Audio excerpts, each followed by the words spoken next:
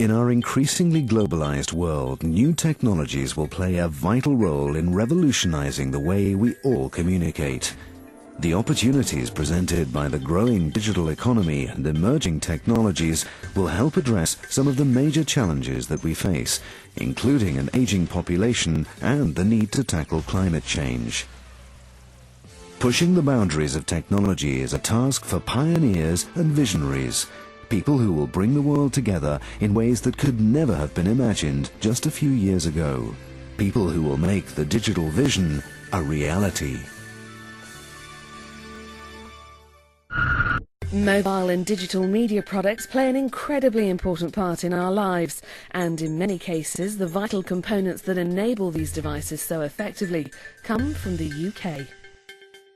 The UK has a pivotal position in the world as a centre of excellence for mobile communications. For example, we've pioneered the development of FEM-to-cell technology, improving the mobile user experience.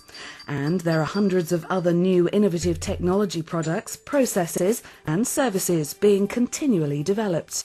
There is a long heritage in this country of invention and innovation, and there are great universities here. UK universities in particular have gone through a transformation over the last 20 years in their willingness to translate their research results into startups and licensing relationships with large companies. Mobile communications has been around for 25 yees, and as such the UK has traditionally been a leader from a competition, from a mobile data and from a creativity point of view. Increasingly we're seeing mobile touching all of our lives, and as such that innovation strength comes through very well in the UK.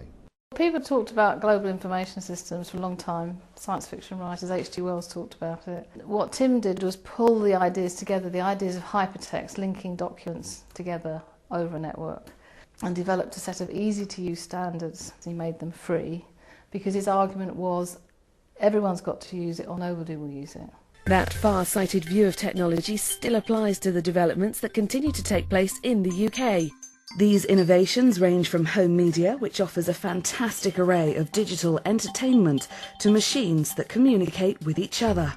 As part of maintaining this thriving digital economy, infrastructure is of vital importance. The UK has made huge investments in infrastructure, including the commitment to deliver universal broadband. We have 1 million hotspots in the UK, and that means pretty much wherever you go in the UK, you're not far from somewhere you can sit down, open a laptop, open an iPad, a mobile phone, and download video, watch it online. It frees up the mobile networks for making calls and for low data intensive usage, and it means that everyone has the ability to use, whether it's stream video, send back pictures, news clippings, whatever they want to do. The growth of the digital economy is also helped by a light touch regulatory environment, encouraging companies to invest and compete. Nokia has invested heavily in the UK because of a deregulated environment, the assets that exist in the UK, particularly around research and associated industries, but also in the application of technology. The London 2012 Olympics will provide a great opportunity for multi-platform content delivery. I think what we want is London 2012 to be seen as somewhere the world can experiment with fantastic technology. So giving the UK some firsts and the ability to say that for an Olympic Games we did deliver genuinely new technology. These elements of the digital economy are constantly being joined by new applications, often disruptive technologies that allow great advances, for example, in the field of e-health.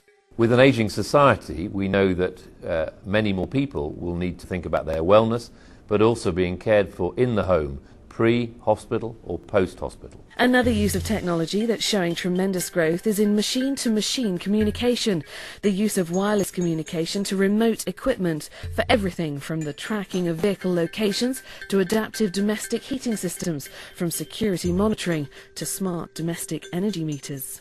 If you start thinking about connecting things to things, the market is really exploding. I've heard various peers of ours talking about 50 billion machine-to-machine connections by the year 2020.